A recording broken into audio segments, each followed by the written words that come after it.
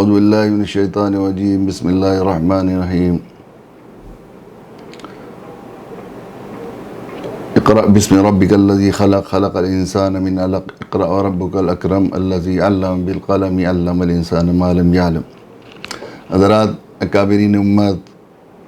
علماء اعظام، دانشوران امت اور مختلف تعلیمی اداروں کے ذمہ دار، حفاظ، علماء اور ائمہ، یقیناً یہ شاہین گروپ کے ذمہ دار ہم سب کے محسن اور ملت کے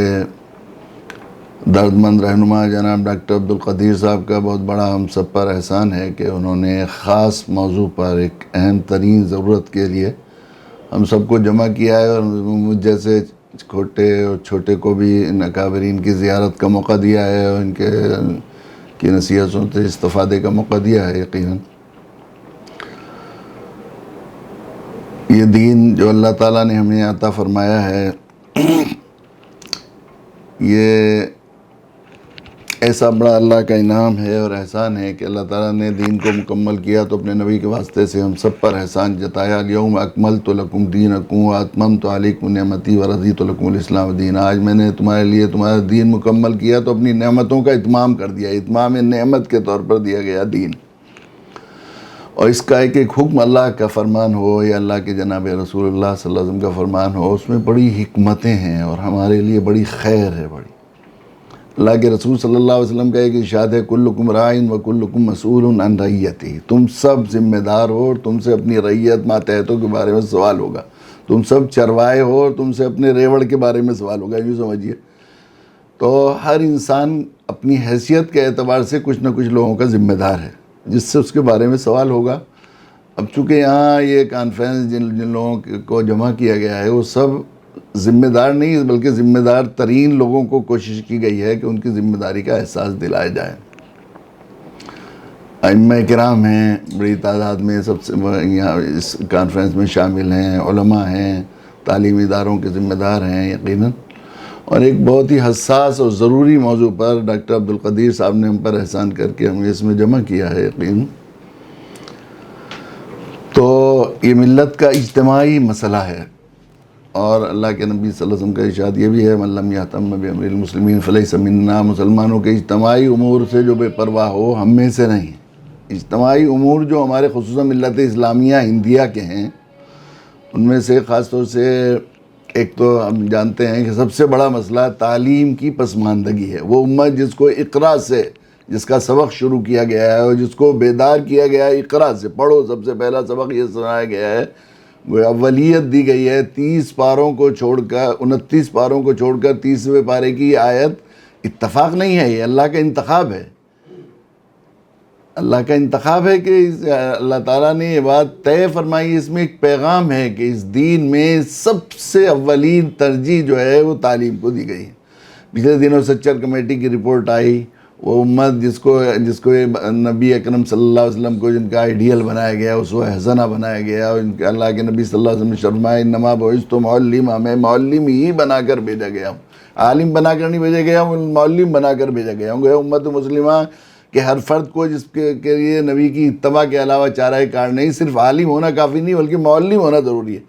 اس امت کا حال یہ ہے کہ آخری درجے کی پسماندہ طبقے کی قوموں سے زیادہ اس تعلیمی انحطاط و تعلیم میں پسماندہ ہو، تو یہ یقیناً اسلام کے نام پر ہم سب لوگ اور پوری ملت اسلامیہ ایک طرح سے کلنک اور بدنما داغ ہیں ہم لوگ۔ یعنی جناب ڈاکٹر عبدالقدیر صاحب نے اس سلسلے میں یقیناً ہم ملت پر بڑا احسان کیا ہے، اور امت کو تعلیم کی بیداری کے سلسلے میں جو کوششیں کی ہیں وہ بہت ہی قابل قدر ہیں، بہت ہیں۔ اس سلسلے میں ہم لوگوں کو اگر ان کے ساتھ کوئی تعاون اور کوئی خدمت کا موقع مل جائے تو میرے لیے تو خاص طور سے بہت بڑی سعادت کی بات ہے، اور اسی خیال سے جب بھی کبھی ڈاکٹر صاحب کہیں کسی جگہ بلاتے ہیں تو میں حاضر ہوتا ہوں۔ چونکہ اکابرین یہاں موجود ہیں، میں ان کی موجودگی میں ایک بات خاص طور پر یہ یہ جو ہے اکیڈمک انٹینسو کیئر یونٹ کے سلسلے میں جو مجھے یہ خاکہ بھیجا گیا تھا،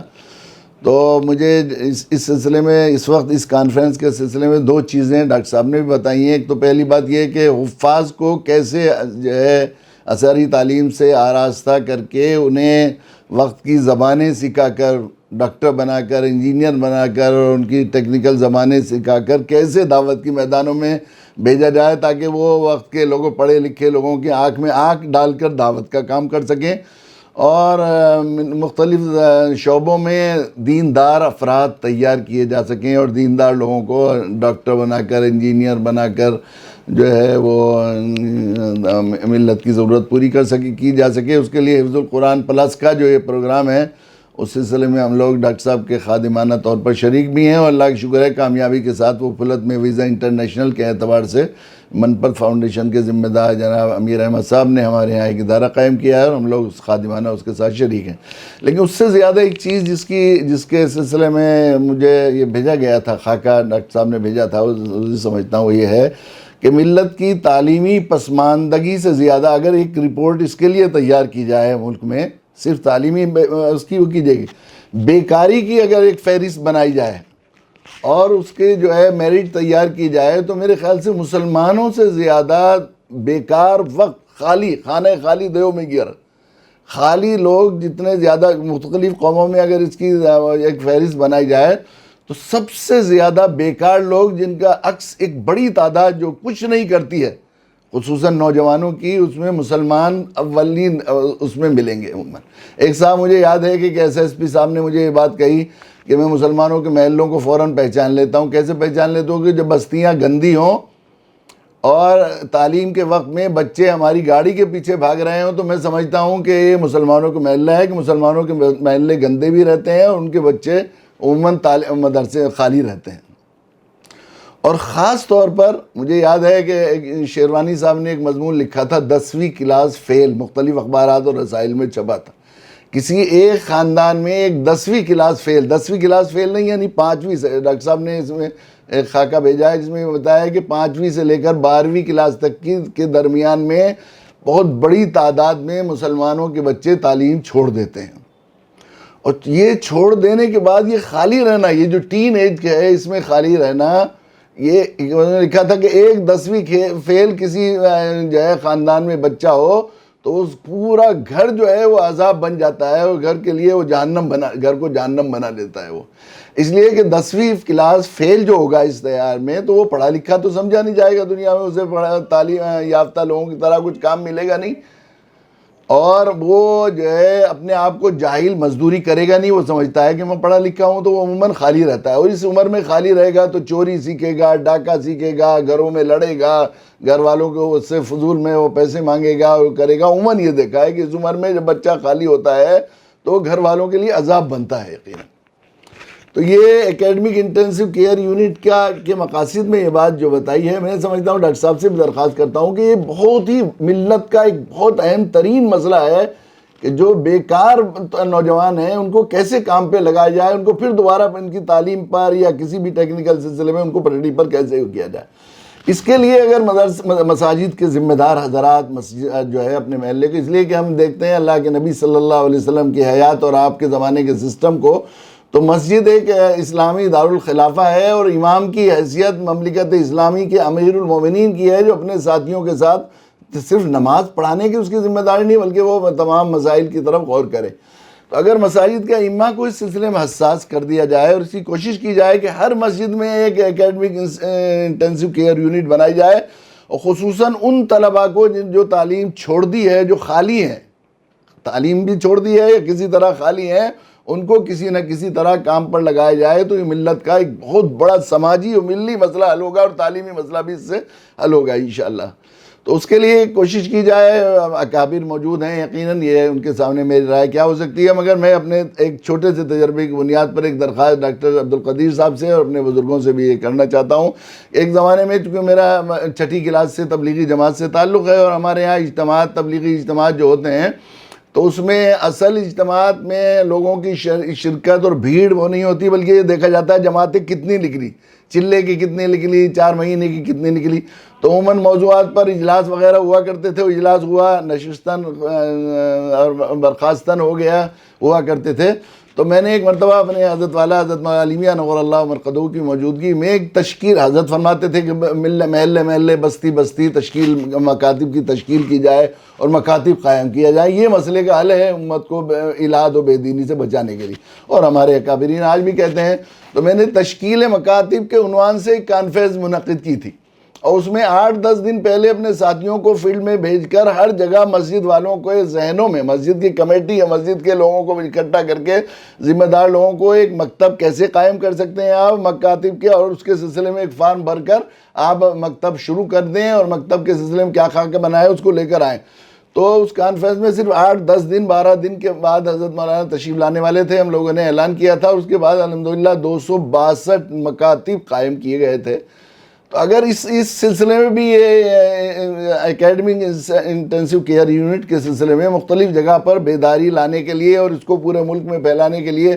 جگہ جگہ اس طرح کی کانفرنس منعقد کی جائیں، اور اس طرح کی، اور اس کے سلسلے میں وہاں جو ہے آس پاس بھیج کر پہلے سے لوگوں کا ذہن بنایا جائے اور خواص کو دعوت دے کر اس کے سلسلے میں کوشش کی جائے گی۔ تو حفظ القرآن کے پلس کے سلسلے میں مدارس والے انشاءاللہ اس کو ہاتھوں ہاتھ لیں گے، اور دوسرے مساجد کو، جو ہمارے یہاں مساجد ہی پورے اسلامی سسٹم کا مرکز اور دارالخلافہ کا مملکت اسلامہ کا مرکز ہوتا ہے، اس کے واسطے سے جو ہے پورے علاقے میں مسجد کے محلے میں 100% اسلامی اور جو ہے تعلیمی مزاج بنایا جا سکتا ہے۔ اس کے سلسلے میں انشاءاللہ یہ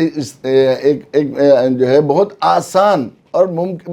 پریکٹیکیبل، ایسا نہیں کہ یہ صرف تخیلاتی چیز ہے، بلکہ یہ بہت آسانی سے اللہ تعالیٰ نے اس پورا اسلامی سسٹم ہمارے نظامی ایسا بنایا ہے کہ اگر اس سے فائدہ اٹھایا جائے اس سے، تو ہم لوگ بہت بڑے اہداف کو ہم لوگ بہت آسانی سے اچیو کر سکتے ہیں اور اس کو حاصل کر سکتے ہیں۔ تو میں سمجھتا ہوں کہ اگر یہ اس سلسلے میں ہمارے اکابرین موجود ہیں، اتنے بزرگوں کی تائید ہو جائے گی اور ان کی طرف سے اس سلسلے میں بات پہنچے گی، تو لوگ یقیناً اپنے دل پر لیں گے، اور پورے ملک میں یہ انشاءاللہ تحریک رہ سکتی ہے۔ اس سلسلے میں جو بھی بزرگوں کی طرف سے اور ڈاکٹر صاحب کی طرف سے کسی قسم کی خادمانہ ضرورت، کوئی بھی خدمت کے لیے، جھاڑو دینے کے لیے یا حاضرین کے جوتے اٹھانے کے لیے کسی خدمت کی ضرورت ہوگی، تو ہم ہمارے تمام رفقا، ہمارے تمام ادارے جو الحمدللہ مختلف صوبوں میں چل رہے ہیں، ان کے سب ساتھی آپ کے ساتھ انشاءاللہ شریک ہوں گے۔ میں بہت مشکور ہوں کہ ان بزرگوں کی زیارت کا موقع مل گیا، اور انشاءاللہ مجھے استفادے کا موقع بھی ملے گا۔ اللہ تعالیٰ اس کوشش کو بہت ہی قبول فرمائے۔ ہمیں اس وقت اس کی دیکھیے، یہ زمانہ جب بالکل چاروں طرف سے صبح سے شام تک تعزیت کرتے کرتے تھک جاتے ہیں، خصوصاً تعلیمی سلسلے میں کوشش کرنے والے جنوب کے دو بہت بڑے لوگ، میں سمجھتا ہوں ہمارے اکابرین تو سارے اداروں میں سے مرکزی شخصیات دنیا سے چلی گئی ہیں، لیکن اس لائن کی عصری تعلیم کے سلسلے میں لوگوں کو بیدار کرنے والے اور عصری تعلیم کے ساتھ ساتھ لوگوں کو دینی تعلیم، عصری تعلیم اداروں میں دینی تعلیمی بیداری لانے والے دو بڑے، ابھی قریبی زمانے میں ڈاکٹر ممتاز صاحب اور جناب ڈاکٹر فخر الدین صاحب کا بھی انتقال ہو گیا ہے یہاں پر۔ اب یہ جنوب میں ہمارے ڈاکٹر عبدالقدیر صاحب ایک بہت بڑی نعمت عظمیٰ ہیں، اور میں سمجھتا ہوں کہ تمام شرکاء اس نعمت عظمیٰ کی قدر کریں اور ان کا ساتھ دیں۔ اللہ تعالیٰ ان کی عمر کو خوب قوت کے ساتھ، ہمت کے ساتھ اللہ تعالیٰ لمبی عمر عطا فرمائے، اور ان کے اس تحریک کو، اس آواز کو ملک کے کونے کونے میں پہنچائے۔ وآخر دعوانا الحمدللہ رب العالمین۔